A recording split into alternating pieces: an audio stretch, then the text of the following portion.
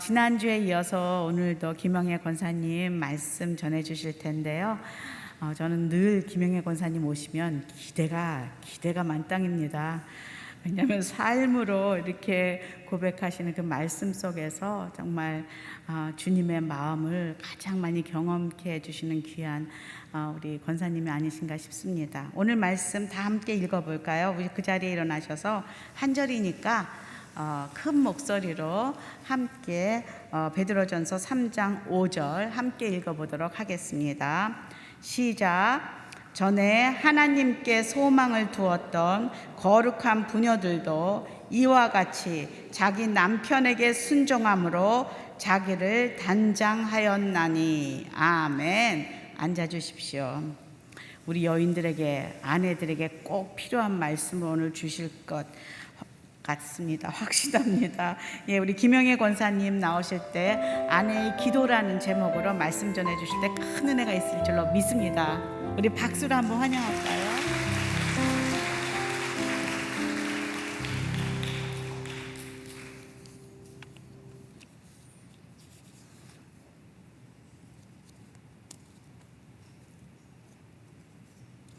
할렐루야. 영거포 여러분들 뵈니까 제가 확실히 온누리교회 권사인 것을 확증하면서 한 20년을 제가 이렇게 수요 예배는 꿈도 못 꿨던 그런 포항에서의 삶. 그래서 저는 이렇게 올 때마다 전 남다른 감회와 감사가 있습니다. 잠시 기도드리고 말씀 나누겠습니다. 하나님 아버지, 저희를 불러주셔서 감사합니다.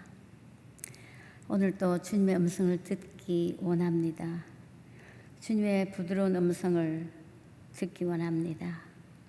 주님 말씀하여 주시고 우리 삶을 통해서 예수님이 우리 왕이요, 우리 가정의 주인이요, 남편을 섬기고 사랑하고 가족들을 돌보는 우리에게 주신 아름답고 귀한 소명을 다시 생각해보는 시간 되도록 성령님 기름 부어 주시옵소서.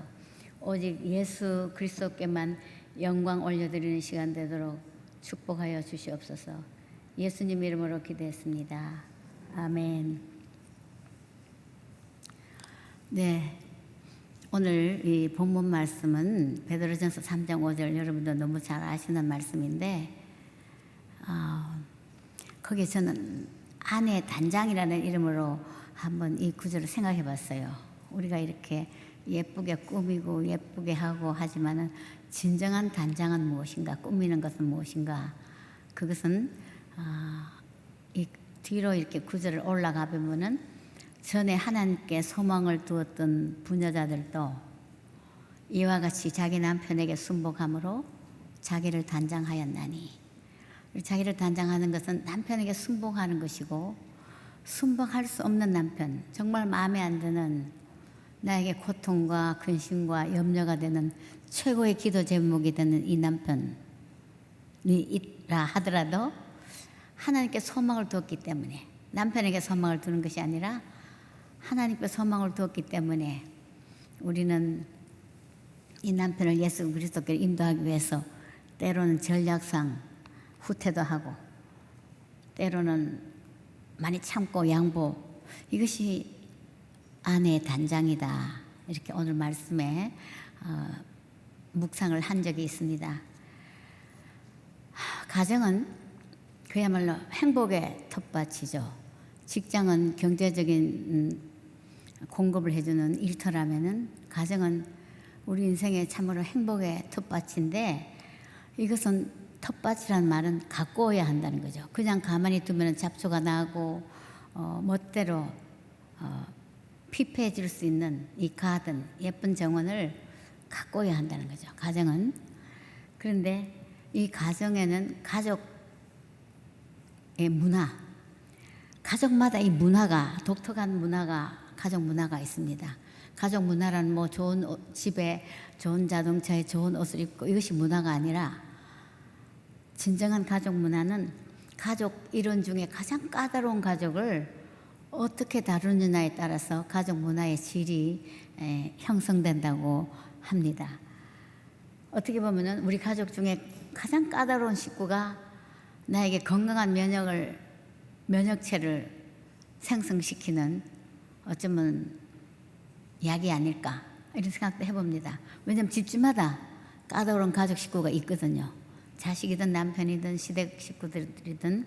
그래서 이 까다로운 가족 때문에 상처를 받을 수도 있고 반면에 건강한 면역체가 생길 수 있는 하나의 좋은 영적 성숙을 향한 교과서다, 교재다 이렇게 얘기할 수가 있습니다. 그래서 내 가정에 있는 이 까다로운 가족은 나에게 건강한 면역체를 가져다 주는 가족일까? 아니면 나의 고통거리요, 고민거리요, 나를 불행하게 하는 가족이 이러니까 이 결정과 선택은 우리에게 달려 있습니다. 그래서 잠언 27장 17절에 또 이런 말씀이 있어요. 철이 철을 날카롭게 하듯이 친구의 얼굴을 빛나게 한다고. 저는 가끔 그런 생각합니다. 부부가 만나는 것은 적수끼리 만났다. 나를 다듬는, 나를 성숙시키는 그런 남편을 만났다고 말을 할 수가 있겠습니다. 근데 아까 우리 기도해 주신 권사님처럼 이 시대에 정말 모든 것이 무너지고 도덕이 무너지고 윤리가 무너지고 창조 질서가 무너지고 결혼관이 무너지는 이때에 결혼의 동기가 되게 젊은이들 보면은 신분 상승의 통로다 혹은 내가 도움을 받으려고 결혼을 한다. 이것이 세속적인 결혼관입니다.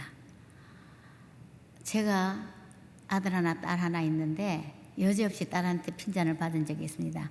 자기 좋아하는 남자친구가 있다고 이제 결혼 정년기에 우리 집에 좀 데리고 올까 하고 물을 때 제가 첫마디로 물었던 게 뭐 하는 사람이냐? 직장은 뭐 학교는 이렇게 물었더니 나 엄마가 그런 대답할 줄 알았어요.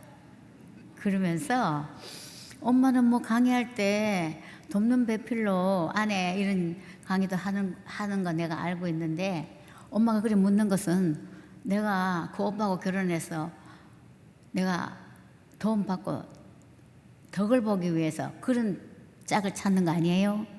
그랬을 때 제가 띠끔했습니다. 우리가 많은 때에 성경은 돕는 배필로서의 아내, 결혼 준비는 진정한 준비는 내가 이 사람에게 어떤 사람이어야 할까, 어떤 도움을 줄까 이렇게 생각하는 것이 최고의 혼수 준비인데 우리나라는 전부 하이마트로 달려갑니다. 그래서 우리의 그리스도인들의 결혼과는 아내의 역할은 돕는 배필로서의 역할인데 이 시대는 이 결혼관이 무너지고 있는 거죠. 상대방으로부터 인정받고 싶고 남편으로부터 사랑받고 싶고 다 받기를 원하는 결혼관. 그런데 이 돕는 배필이라는 에제르는 단어 여러분 너무 잘 아실 거예요. 이것은 맞춤복이다 이렇게 표현을 합니다. Tailored made suitable, 적당한 헬퍼다. 저는 김영길 씨에게 딱 맞는 맞춤복과 같은 아내인 것을 아주 늦게 알았었죠. 그래서 저도 결혼 초에는 얼마나 불만스러웠고 얼마나 잘못 만난 것 같았고 참 답답하다. 너무 로맨틱하지 않다. 너무 무드가 없다. 너무 내 마음을 몰라준다. 옛날에 나 좋아했던 사람이 있으면 글로 갈 걸 그랬지? 이런 생각도 살짝 했었습니다. 그런데 이 돕는 배필은 단어, 에젤은 단어는 시편 33편 2절에 여호와는 나의 바람이요 도움이시다. 그 에젤 같은 단어예요. 그럼 돕는 배필은 절대로 하위에 한 단계 낮은 위치가 아니라 훨씬 더 영적으로 감성적으로 한 단계 위에 연약한 나의 남편의 구멍을 뻥뻥 뚫린 구멍을 메꿔주는 자로 부르셨다는 자각이 이제 은혜 받고 생기기 시작한 거예요. 그러고 보니까 남편의 구멍이 얼마나 크게 보였고 얼마나 못마땅했지만 이 사람에게 나 아니고는 안 되겠구나. 그런 생각을 하기 시작했었습니다. 그래서 나의 도움이 없이는, 아내인 나의 도움이 없이는 우리 남편은 절대로 온전해질 수가 없다. 왜냐하면 단점이 그때 굉장히 많이 보일 때였었으니까. 그리고 하나님이 뭐 그렇게 심지 뽑게 하듯이 나를 글로 보냈으니 내가 도망갈 수도 없고 이 역할은 할 수밖에 없다. 이런 생각을 했습니다. 근데 성경에 보면은 아내와 남편의 그 역할이 다르지 동등하다는 것을 성경 창세기는 우리 너무나 잘 알고 있어요. 저는 항상 하나님 남자를 더 우대하고 여자는 한 단계 이렇게 도와주는 따라다니는 조력자로 생각했었는데 그렇지 않다는 걸 창세기 1장 28절에 쭉 나옵니다. 우리는 하나님의 형상을 똑같이 지원받았고 또한 하나님이 주신 복을 같이 받았어요. 창세기 1장 20절에 하나님이 그들에게 남자에게만 하지 않고 그들에게 저와 여러분에게도 똑같이 복을 주시되 그들에게 이르시되 생육하고 번성하며 땅에 충만하라. 이 구절 속에는 다 들어있어요. 같은 명령을 또 받은 거죠. 이 땅에 번성하고 생육하고 충만한 이 명령도 같이 받았어요. 그리고 다스리는 명령도 같이 받았어요. 땅을 다스리고 정복하라고. 이것은 문화 명령입니다. 절대로 연약한 존재가 아니고 낮은 위치가 아닌 하나님께서 공동 사명자로 남편과 아내를 불러주셨다는 것. 그리고 또 하나 신기한 것은 하나님이 여성을 이브를 창조하시기 전까지는 이 명령을 주시지 않았다는 것. 아담 혼자 먼저 만들었을 때 이 명령 주시지 않고 아내 이브를 만들고 난 뒤에 이 명령 주셨다는 것. 이것은 똑같은 명령, 똑같은 사명, 똑같은 축복을 같이 받았다는 것. 그러나 중요한 것은 이제 역할의 차이가 있기 때문에 남편은 아내의 머리이지만은 아내는 남편에게 영향력을 끼치는 존재로 부르셨다는 것. 또 창세기 또 나옵니다. 여자가 본즉 선악과를 보고 본즉 그 남편에게도 주며 그도 먹은지라. 선악과를 준 사람은 아내 이브죠. 영향력을 끼치는 아내. 우리나라 속담에도 뭐 남편 말 듣지 않는 아내 없다. 베개 머리 송사다. 우리 김영길 장로 굉장히 좋아했는 조크가 하나 있어요. 그건 아주 그냥 즐겨 수도 없이 들었는데 앉으면 유일하게 사람들 앞에서 하는 얘기가 뭐냐면은 여러분도 아실지 몰라요. 뭐 어느 군대 사령관이 자기 군대 가서는 큰소리 펑펑 치고 부하들 지휘하고 호령하는데 집에만 오면은 아내에게 꼼짝도 못하니까 너무 좀 속이 상해서 어느 날 연병장에 다 부하를 불러놓고 그때 두 개를 세워놓고 아내가 안 무서운 사람, 무섭지 않은 사람 이쪽에 서고 무서운 사람 이쪽에 서라. 그랬더니 뭐 100명 중에 99명이 다 이쪽에 무서운 쪽으로 섰대요. 그런데 한 사람 쫄병이 안 무서운 쪽으로 섰더래요. 그래서 저놈은 나보다 낫다. 이리 좀 와보라. 넌 네 아내가 무섭지 않냐. 그랬더니 그 사람이 오늘 아침 나오는데 우리 아내가 집사람이 사람 많은데 서지 마라 그래서 여기 섰다고. 그러니까 그 얘기를 굉장히 좋아하면서 본인이 저한테 꼼짝 못한다는 얘기를 사람들한테 하는 거예요. 그러면 사람들도 그렇게 고지 듣죠. 근데 저는 사실 속으로 좀 억울해요. 속으로 들어가 보면 그렇지 않는데 저는 아주 그냥 힘 있는 두센 아내로 비춰지는 경우가 종종 있었죠. 그런데 하나님께서 남자와 여자를 다르게 창조했다는 걸 우리가 이해하기 시작하면은 훨씬 더 남편을 이해하기가 쉬워요. 우리가 다른 점을 서로 알아야 되니까 남편과 아내. 뭐 성격이 이렇다. 물론 성격적으로도 다르겠지만은 남편은 존경받아야 행복하고 아내는 사랑받아야 행복한다는 이 대전제. 정말 아무리 사업에 실패하고 정말 좌절하고 낙담하는 남편이라도 아내로부터는 존경받기를 원하는 것이 남성의 심리라는 거죠. 어떤 분이 그러더라고요. 자기 남편이 사업에 실패해가지고 집도 다 날아가고 월세 조그만 방에 온 식구가 있는데 어느 친구가 전화 왔대. 남편의 친구가. 근데 금방 재떨이는 담배꽁초 집더니 몸을 뒤로 막 제끼면서 막 아주 그냥 옛날에 그 떵떵댔던 그 제스처를 쓰면서 별일 없다고. 나 일어날 거라고. 그럴 때 부인이 아주 못마땅하고 비웃는 얼굴로 표정으로 봤다면 그 남편은 좌절하는 거죠. 근데 당신 말대로 될 거라고, 당신 말대로 될 거라고 이렇게 격려, 칭찬, 존중해주는 아내. 남자는 의시되는 맛에, 우쭐대는 맛에 행복을 느낀대요. 여기 남자분들이 안 계셔서 다행이지만은 그렇대요. 그런데 이 가정은 다른 점을 이해해야만, 그래야만 정말 가정의 천국이 이루어지고 하나님이 원하시는 이 교회 같은 가정, 가정 같은 교회를 이루는데 이 다른 점을 참 많이 우리는 놓칠 때가 많습니다. 그런데 저는 남자들이 이렇게, 남성들이 되게 개인차는 있지만 시각적으로 굉장히 예민하다는 걸 저는 몰랐었어요. 그래서 저희 남편은 시각적으로 굉장히 둔한 줄 알았어요.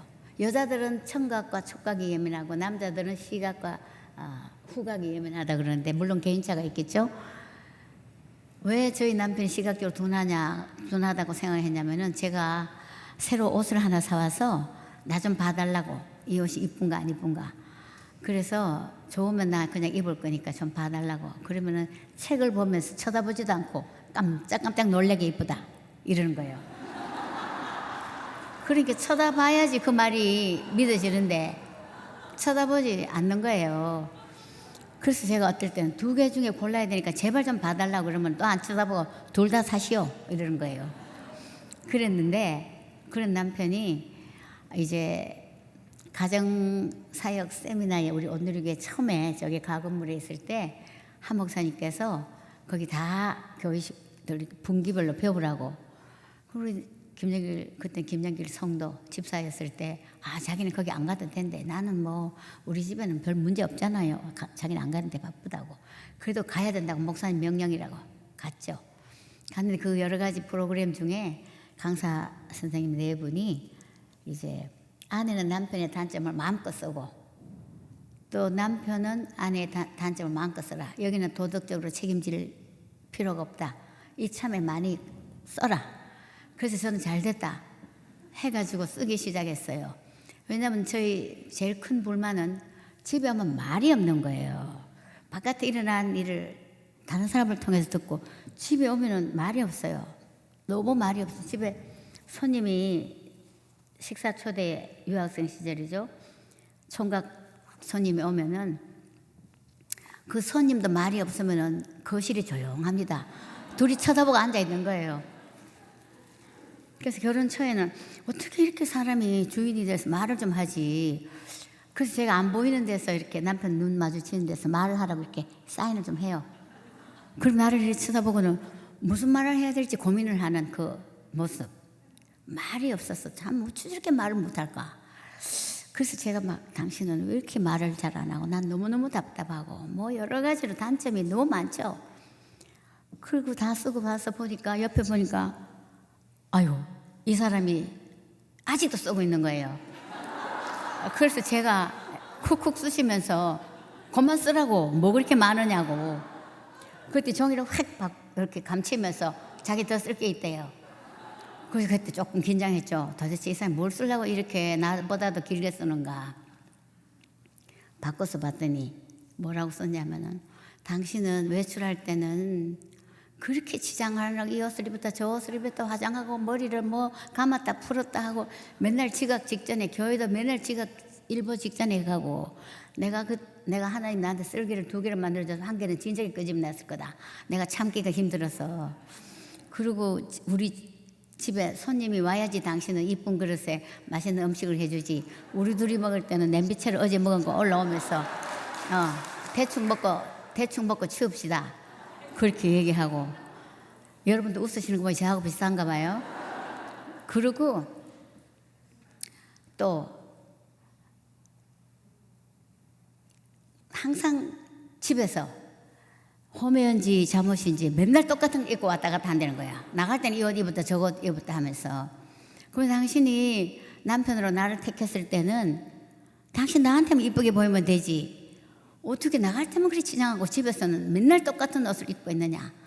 저 옛날에 시장에서 매끈매끈한 그 아주 그냥 그것은 정말 잠옷도 되고 호미어도 돼서 제가 얼마나 그걸 즐겨 입는지 아유 눈이 조금해서 안 보는 줄 알았더니 다 보고 있더라고요. 아주 긴장했죠. 아, 이 사람도 확실히 하나님 창조하신 분 맞구나. 남자는 시각적으로 예민하다더니 다 보고 있구나. 그리고 후각적으로 예민한 것도 알았어요. 상당히 둔한 사람인데 저녁에 왔을 때 환기 안 시키고 뭐 된장찌개 냄새 나고 하면은 아유 냄새가 고약하다 그런 얘기를 해요. 다른 불평은 안 하는데 그래서 사람 개인차가 있지만은 아마 김영길 씨는 하나님이 남자 여자에 대한 특성 있는 기질을 갖고 있었던 것 같아요. 그리고 저보고 이래요. 왜 당신 집에서는 화장 안 하지? 당신 화장하고 안 하고 10년 차이가 있을걸? 이러는 거예요. 안 하면 10년 늙어 보인다는 거죠. 아, 그때부터 제가 생각을 했습니다.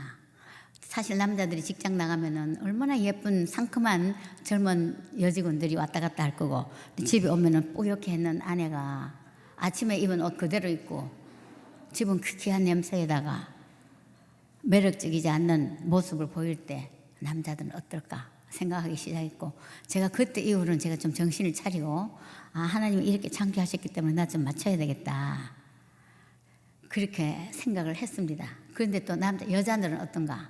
여자는 청각이 예민하다 그랬어요. 그래서 목소리 좋은 남자 더 감은 이슬로 막 당신이 최고다 정말 당신밖에 없어 이러면 홀딱 넘어가는 거죠. 귀에 들려주는 달콤한 말 사랑한다는 말 잊지 않고 있는 거죠. 그런데 남편이 열심히 된장찌개를 해서 상에 나왔는데 한 숟갈 떠먹고는 당신 우리 어머니 솜씨 담으려면 아직도 한참 멀었어. 만약에 그랬다면 내 며칠을 갖다 쏟아 붓고 싶죠. 그렇게 여자들은 그런 감성이 이제 예민한 거죠. 그리고 촉각, 이 피부 감각이 예민해서 이렇게 쓰다 넘어주고 고양이처럼 등 두드려주고 이러면 막 여자들은 행복하고 좋은데 만약 한철 쥐어 박힌다면은 높은 빌딩에서 뛰어내리고 싶은 엄청난 상처와 수치심을 갖는 거죠. 그래서 하나님이 그렇게 남자 여자를 다르게 창조했고 또 기질상으로도 이또 문 개인차가 있어요. 기질상으로도 남편과 내가 다르다는 것을 우리가 인정을 해야 돼요. 보통 4가지의 기질이 있는데 그 특성이 점액질의 특성을 가진 남편이라면 이 점액질 특성은 굉장히 내성적이고 온화하고 그리고 변화가 없이 일관성이 있고 그리고 참 균형이 잡혀있는 성품이에요. 그래서 굉장히 조용하고 평화롭고 그리고 때로는 적절한 위트도 있고 저 읽을 때 우리 김영길 씨가 좀 많이 이 기질이 아닌가 생각을 했어요. 그리고 타인에게도 적당하게 인기도 있고 그러나 간섭받는 것을 싫어하는 모순된 기질을 갖고 있죠. 저 운전하다가요 길이 그 길이 아닌데 여보 저 물어봅시다. 절대로 안 물어보죠. 그냥 가는 거예요. 그리고 잘못 갔다 뒤돌아오는 한이 있어도. 그래서 제가 생각하면서 간섭받는 걸 싫어하는 성품이 있구나. 그리고 자기의 문제를 남에게 노출하는 걸 싫어해요. 제가 한 번은 우리 집에 누가 전화가 왔어요. 포항에 있을 때 한동대에 있을 때 권사님 별일 없으세요? 그랬을 때 제가 가만히 생각하니까 별일이 너무 많죠. 매일 무슨 일이 일어났으니까. 그래서 제가 남편이 퇴근해 오면은 저도 모르게 첫 번째 질문이 현관에서 여보 오늘 별일 없으세요? 그러면 뭐 맨날 무슨 별일이 일어나겠어. 뭐 이상하다. 오늘 별일 일어나야 되는데 오늘 그냥 지나가나? 근데 아침 새벽에 서재 소자 기도할 때는 그 별일이 어제 일어났던 걸 자기 아버지한테는 다 알려주더라고요. 아 그런 일이 있어놓고 나한테는 얘기 안 하네.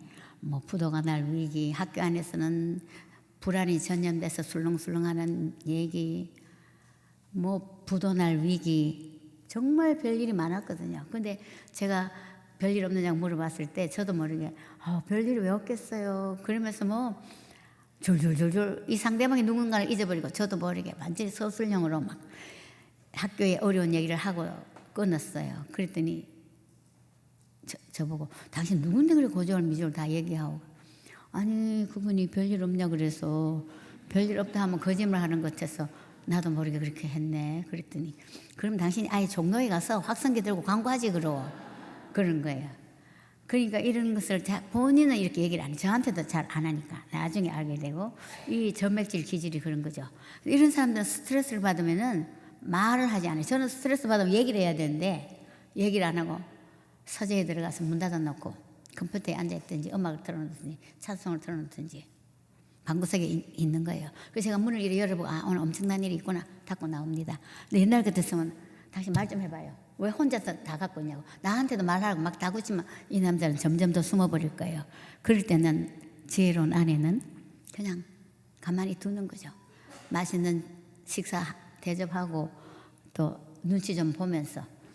그리고 그날 밤이 지나면 아침에 이제 어느 정도 자기가 해결하고 나니까 말을 할 때가 있습니다. 그 조용히 혼자 있는 시간이 엄마의 자궁처럼 편안한 거죠. 그런 것을 아내가 알아야 되는 거죠. 그래서 이 지혜로운 아내는 대개 이럴 때 그냥 수다 떨지 말고 조용히 기다려주는 것. 그 다음에 다혈질 기질의 남편은 칭찬이 목마른 사람이에요. 굉장히 대중적 인기에 관심이 있고 인간관계 중심이고 늘 주변에 사람을 몰고 다니고 사람들이 있고 그리고 타인의 시선을 너무 의식해가지고 그 삶의 무게를 그렇게 거기다 두는 거죠. 그리고 반면에 막 생기발랄하고 에너지가 넘치고 분위기 메이크고 그래서 따라서 말도 많이 하고 그리고 누군가가 자기 말을 들어줄 때 행복을 느끼는 사람 다혈질 기질. 그러나 힘든 일이 생기면은 이런 사람은 가만히 안 있고 적극적으로 사람들을 찾아다니면서 자기 감정 상태를 말하고 그리고 이런 남편은 아내가 어떻게 해야 될 것인가. 아내는 남편의 말 잘 들어줘야 돼요. 아 그랬군요. 아이고 힘들었겠다. 만약에 당신 바깥에서 일어날 일 집에서는 절대로 하지 마세요. 그걸로 끝. 집에까지 문제 갖고 오면 안 되죠. 나도 스트레스 받으니까. 만약에 그렇게 얘기한다면 남편은 굉장한 외로움을 느끼고 단정함을 느끼는 거죠. 그래서 내 남편의 성격이 다 복합적이에요. 하나만 있는 게 아니고 복합적인데 그 이런 남편에게는 아까 남자는 격려받고 칭찬받아야 행복하다는데 격려를 해줘야 돼요. 당신 참 잘하고 있는데 어려운 일이 일어났는데 잘 풀릴 거예요. 근데 저는 옛날에는 그렇게 하지 못했었어요. 근데 학교에 와서 너무나 정말 격려가 필요한 위로가 필요한 상황이 많이 벌어질 때 저도 이제 심호흡을 하고 남편을 격려하기 시작했어요. 당신 정말 당신이 이렇게 참지. 정말 하나님이 당신 잘 참는 성격을 아시고 이런 숙제를 내주신 것 같아요. 그러면은 좋아하죠. 그런데 전 또 남편을 아주 한도 데 가기 전에는 제가 비판하고 판단하는 낙심시키는 말도 많이 했었어요. 그걸 왜 했느냐? 아까 말했지만 말을 적게 하기 때문에 창조학회 강연하러 다닐 때 저 뒤에 앉아서 들으면은 끝나고 나면 저는 온전신의 어깨가 아파요. 제가 너무너무 긴장을 해가지고 말이 더듬고 끙끙대고 그리고 막 숫자도 막 틀리고 사람 이름도 틀리고 그래서 제가 종이에다가 막 깨알같이 적는 거죠. 잘못한 것을. 그리고 집에 왔을 때 당신이 이거 보세요. 이건 이렇게 했고 저는 저렇게 저렇게 했고 그렇게 중요하고 어려운 과학 얘기를 훌렁 넘어가 버리고 또 딴 사람 웃지도 않는데 본인이 다 웃어버리고 그러니까 그만 탁 낙심하면서 나는 이 강연의 은사가 없어서 다음에 이 요청이 들어오면은 다른 사람한테 줘야 될까 봐 그때서 제가 또 어이구 이건 안 되지 이랬다가 하나님 주신 사명을 아내가 격려 안 하고 비판하다가 안 하게 되면 제가 야단 맞으니까 하나님 앞에 그래서 제가 얼른 또 마음에 기도했죠. 격려할 걸 한번 생각해야 되겠다 생각났어요. 그런데 당신 한 가지 좋은 점은 있습니다. 뭔데? 그래. 당신이 그렇게 끙끙대니까 힘들게 말하니까 듣는 사람도 그냥 끙끙대면서 힘들게 들으니까 주의 집중력은 좋습니다. 그래? 그러나 계속해서 될까? 해야죠. 그 다음부터는 제가 안 따라다녔어요. 따라다니면 써야 되고 쓰면 말을 해야 되고 그리고 저는 아내로서 조바심이 너무 커가지고 남편이 잘못할까 봐 이런 조바심이 있었어요. 그래서 숙제 안 가고 이제 끝나고 오면은 여보 사람들 많이 왔습니까? 잘 듣습니까?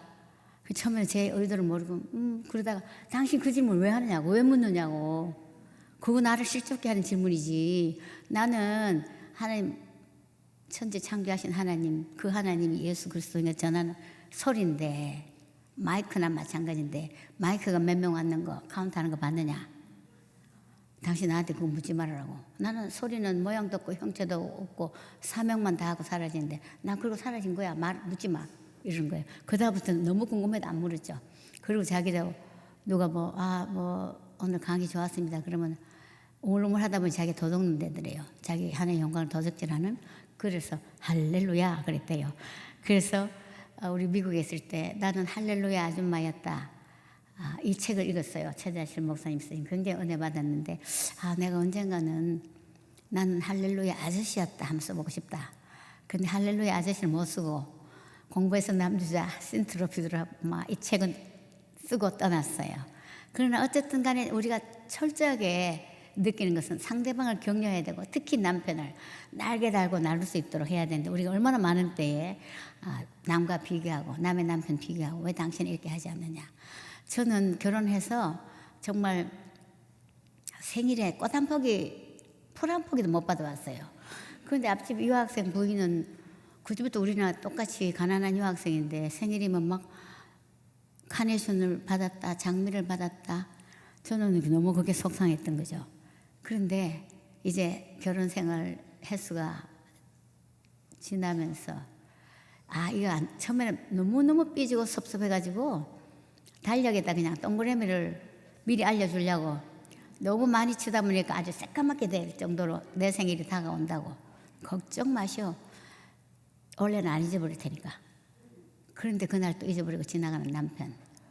근데 나중에는 제가 너무 심각하게 얘기를 하니까 나는 8남매의 5째로 제사만 열심히 지 우리 1년에 제사가 13번, 14번이었었어요. 우리 시댁이 종갓집이라 우리는 막내인데 제사를 위주로 하지.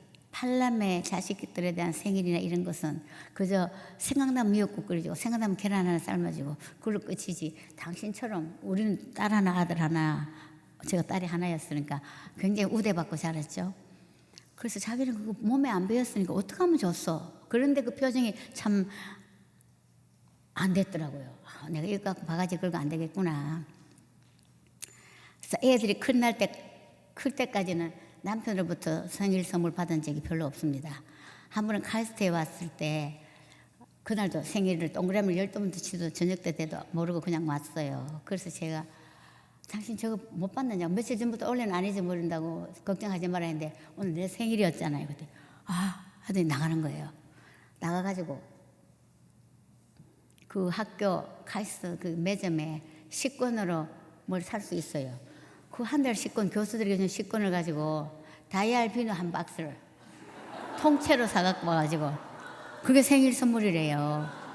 그걸 내가 다 쓰기까지 얼마나 고통스러웠는지. 그 색깔이 노래가지고 비누를 많이 쓸 수가 없는 비누. 그러나 남편의 기질을 알고부터는 제가 패스하게 됐어요. 담즙질의 기질은 또 어때야 되는가? 이 담즙질은 또 일중심적이라 늘 리더의 자리, 지배자의 자리에 군림해야만 안정감을 느끼는 그런 성품. 그리고 목표 성취를 굉장히 중요시해서 타고난 추진력으로 일도 잘하고 그리고 10억 만든다. 2년 안에. 이러면 해내도록 질주하는 거죠. 또 승진한다. 부장된다. 이번엔 질주하는 거죠.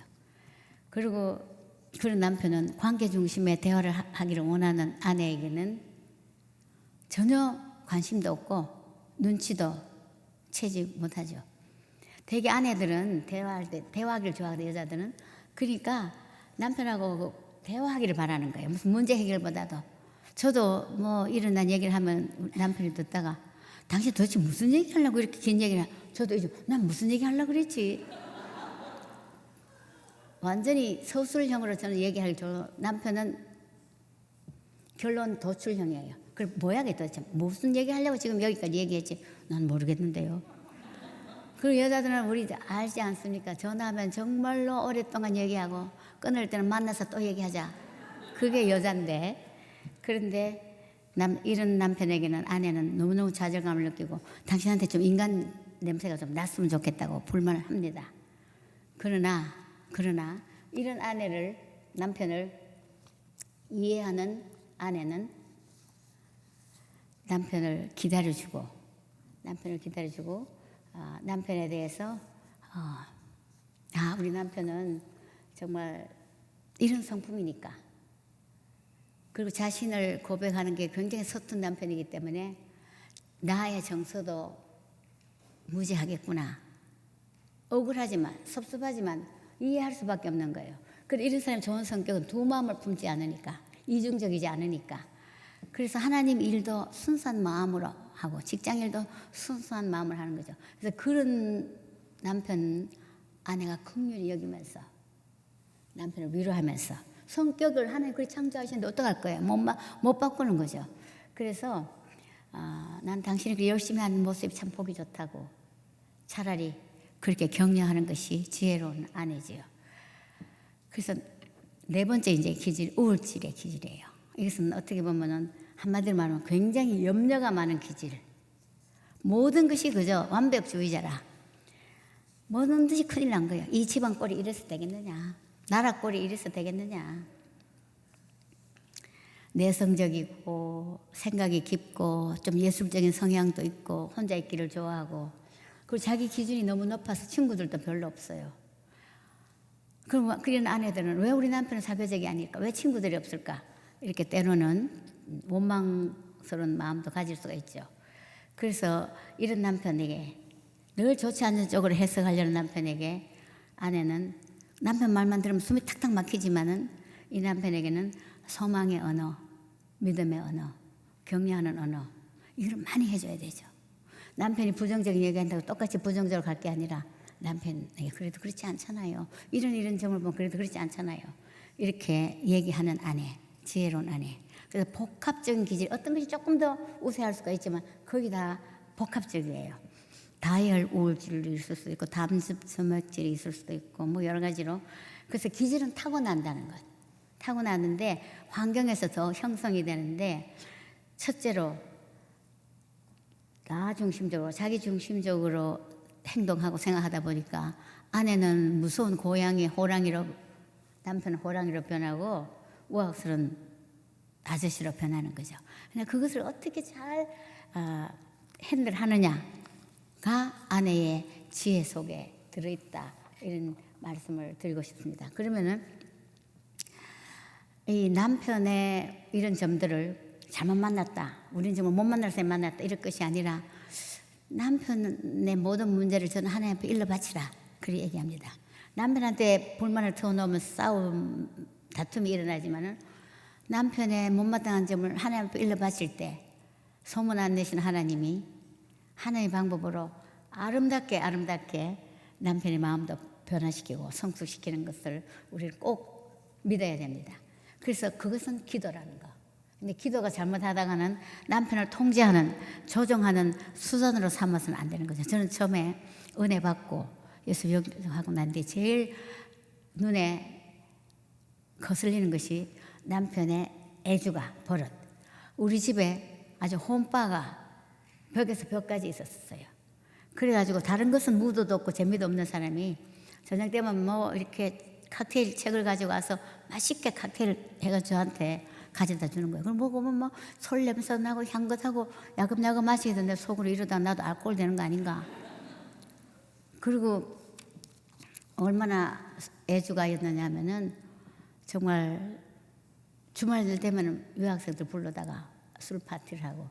근데 예수님 영접하고 나니까 우리 둘이가 중생의 체험을 하고 나니까 그 홈바가 영 마음에 걸리는 거예요. 그래서 제가 당신 저거 좀 술을 저거 처리하면 좋겠다고. 그랬더니 왜? 성경에 보면은 포도주를 좀 마시라 그랬다고, 바울도. 예수님 첫 번째 기적도 물을 포도주로 만드셨는데 그런 소리 하지 말라고. 그래서 제가 이제 둘이 같이 기도할 때는 하나님, 김영길 씨가 술을 끊게 해주십시오. 그렇게 기도하니까 당신 나 아멘 안 했다고. 왜 나한테 허락 안 받고 그 기도 하나님 앞에 일러주느냐고. 내가 술 마시고 뭐 실수한 게 뭐가 있느냐고. 그래서 이제 또 어떻게 하면 좋으냐 작전을. 그때 한경직 목사님의 설교 테이프, 요즘은 뭐 인터넷 유튜브 다 되죠. 그때는 테이프 하나 오면은 온 한인타운 교회 성도들끼리 막 돌아가면서 듣고 테이프가 나들나들 할 정도로, 그때 술 취하지 말라 이는 방탕한 것이 성령 충만을 받으라, 이 제목으로 그 목사님이 설교하시는 걸 제가 낮에 들은 거예요. 아, 너무 은혜가 되는 거예요.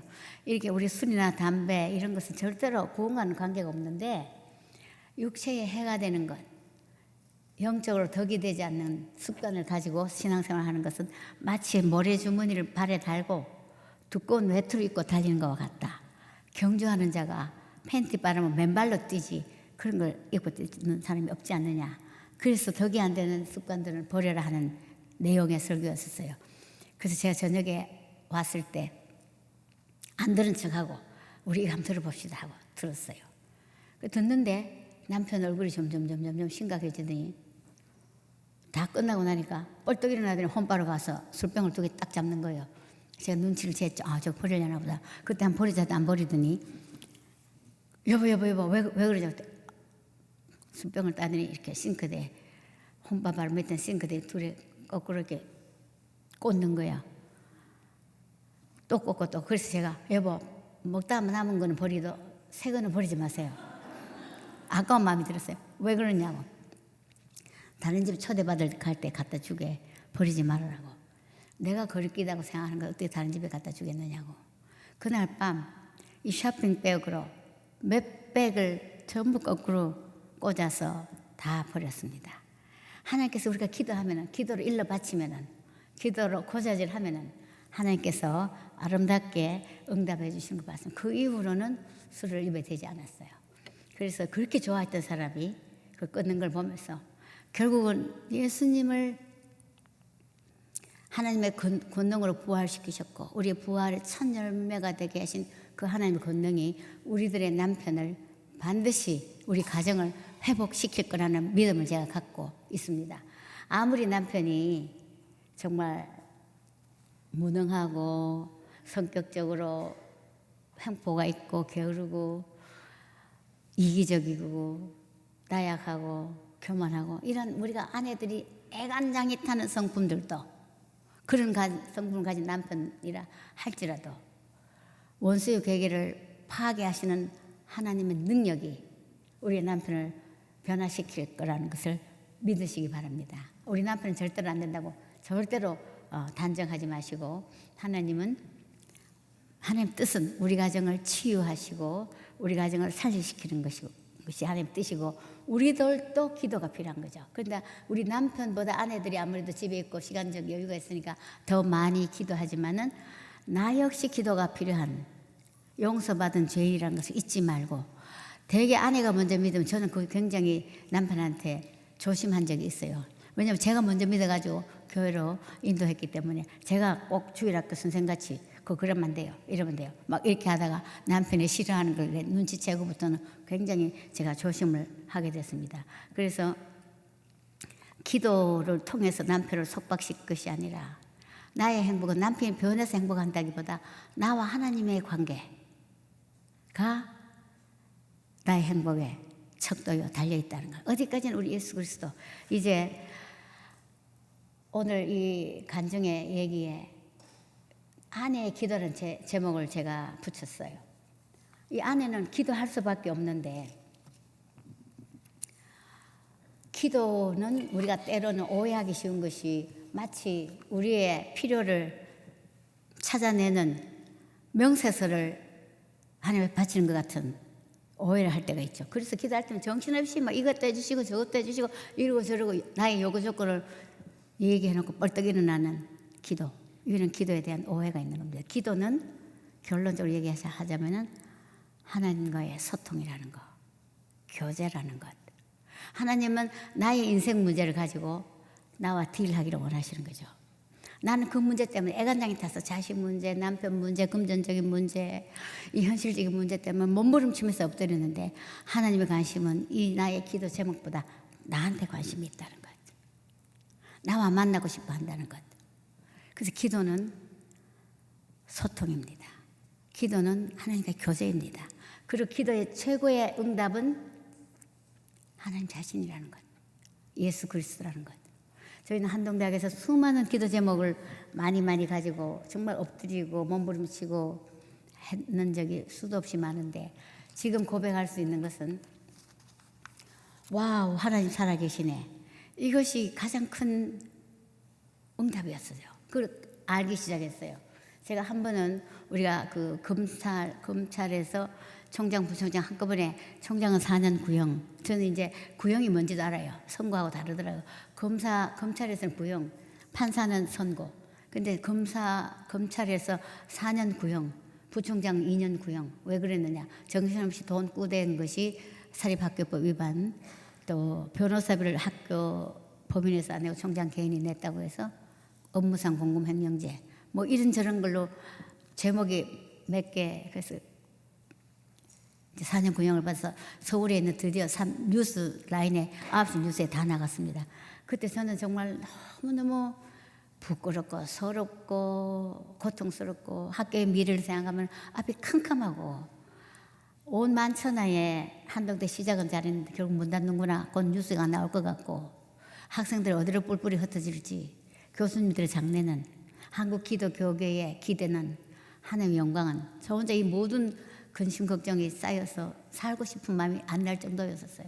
근데 그날 밤 하필이면은 금요일 날 뉴스에 어제 그 목요일 날 나갔고 금요일 날 저기 부천 제1감리교회 교회 이름도 잊어버리지 않습니다. 금요일 철야 예배에 제가 말씀 전하러 가는데 차 타고 가는 도중에 김영길 장로 전화가 왔어요.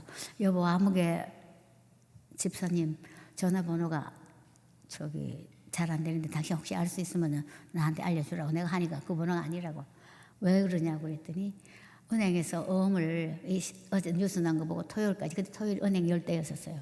토요일 날까지 10억을 훨씬 더 오래 빌려주기로 돼 있는데 어음을 돌린다는 거죠. 그 안 갚으면 이제 학교는 부도 처리가 돼 학교 문 닫게 되는 거죠. 관선 이사가 파견되고 제가 가다 힘이 쭉 빠지는 거예요. 지금 간증하러 가는데 이런 너무 놀라운 어제 신문에 난 것도 지금 너무 절망적인데 부도 날 위기에 이제 몰린 거죠.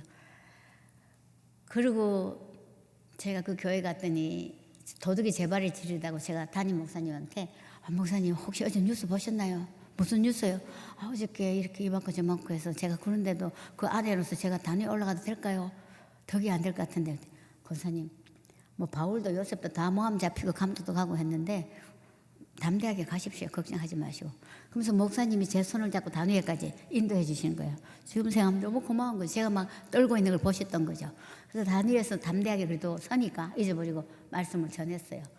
그리고 끝나고 나니까 한동대 학부모들이 전부 띠를 두르고 가대상자 돈 모은다고 통을 들고 서 있는 거예요. 제가 놀래가지고 치우라고. 이 교회에서 허락 안 하면 들고 있어도 안 된다고. 그렇게 우리 학부모들도 전력 투구해서 학교의 가난을 한 몸으로 같이 기도하면서 중보하면서 그리고 이제 집으로 왔는데 우리 김정일 장로가 늠름하게 아까 걱정스러운 말을 했는데도 전혀 걱정이 없는 얼굴이에요. 그래서 제가 어떻게 됐어요 당신? 그랬더니 나 걱정 안 하기로 했어. 어떻게 해요? 빌립보서 4장 6절하고 7절 읽는 가운데 내한테 평강이 오는 거야. 아무것도 염려하지 말고 오직 감사함으로 하나님께 아뢰라. 그래야만 지각에 뛰어나신 하나님의 평강이 그리스도 예수 안에서 너희 마음과 생각을 지키시리라. 이 말씀이 그때 제 아들 부부가 우리 집에 2층에 같이 살았었어요.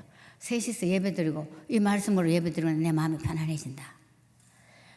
저는 이 사람이 정말 좀 조금 이제는 아까 큰 걱정에 쌓이더니 약간 정상이 아닌가 그런 생각을 했어요.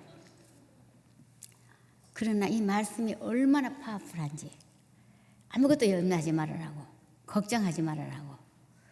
그리고 그날 밤 저희 아는 미국에 있는 어느 장로님 권사님께 전화를 드렸고 그분은 우리 보고 밤 12시 1시가 됐는데 아직도 걱정을 하고 안 주무시니 주무세요. 저는 미국에 있어서 어떻게 할 방법을 지금 찾아보겠습니다마는 우리를 막 염려하고 위로해 주신 거예요.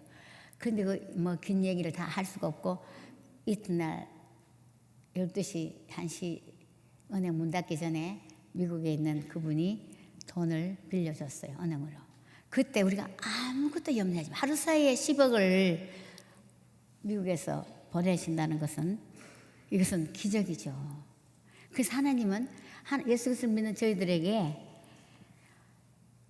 하나님이 살아계시다는 것을, 그래서 10억을 부도를 막은 것도 감사했지만은 와, 하나님 살아계시네, 이 하나님 내 아버지네, 이 응답, 최종 기도의 응답은 그 하나님이 나의 아버지라는 것, 그리고 그분은 살아계시다는 것, 그리고 나의 작은 신음에도 귀를 기울이신 그 하나님, 그 하나님을 알았을 때 믿음의 키가 조금씩 자라면서 나중에는요, 제가 꽤 큰 여자가 돼가지고 내뱉째라 하는 태도로 사니까 저보고 걱정이 많던 권사님이 웬일이세요?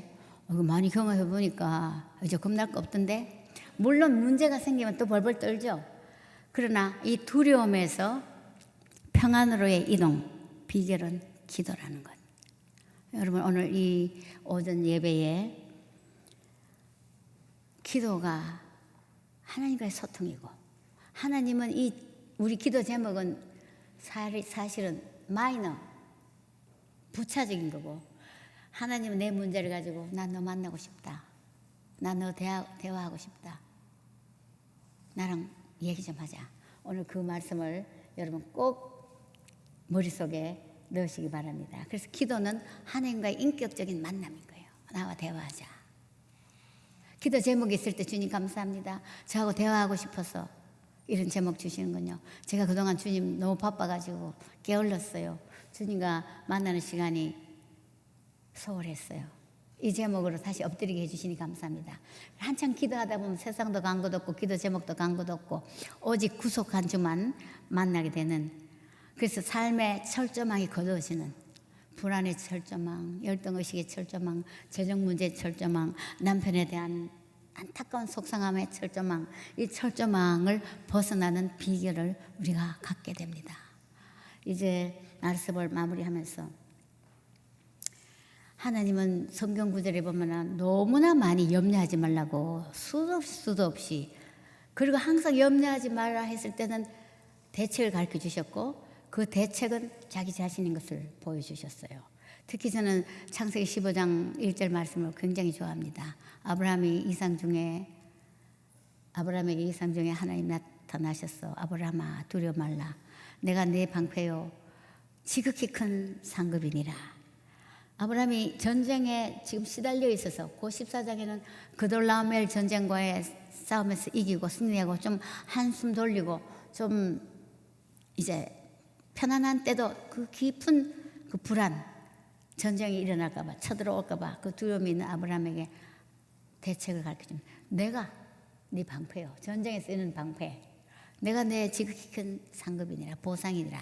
아브라함에게 자식이 없는 것에 대한 두려움, 염려, 그거는 내려놓고 나를 만나다오. 마태복음 6장 33절에도 25절부터 34절까지 염려라는 단어가 6번 나옵니다. 우리 한 2주 전, 3주 전에 목사님 설교에도 있었습니다만은, 거기에 대책은, 염려하지 말라는 대책은 먼저 그의 나라와 그의 의를 구하라. 이제 오늘 이 말씀을 마무리하면서 기도에 대한 편협된 오해 때문에 기도 응답받고 나 손털을 뿌리고 기도 안 하는 거, 이것은 하나님과의 교통과 교제를 오해했기 때문인 거예요. 문제만 해결되면 끝난 줄 아는, 그렇지 않다는 거 기억하시면서, 기도는 목적이 아니고 과정이요, 기도는 특권이요, 기도는 은혜요, 기도는 소통이다. 다 같이 기도하겠습니다.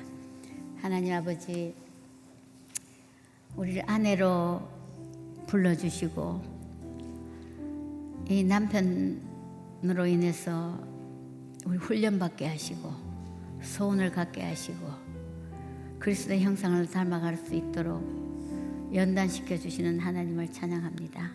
우리 인생 가운데 너무나 많은 기도 제목이 늘 줄을 잇고 또 잇고 있습니다. 그때마다 이 기도의 제목을 주시는 하나님은 우리와 나와 대화하고 싶어 하신다는 것을 눈치채게 하시고 재빠르게 반응할 수 있는 지혜로운 아내 되도록 축복해 주시옵소서. 그래서 세상도 간 곳 없고 오직 예수 그리스도만 바라보는, 하나님 한 분만으로 만족하는 삶의 일체의 비결을 가지고 사는 복된 아내 되도록 축복해 주시옵소서. 예수님 이름으로 기도했습니다. 아멘.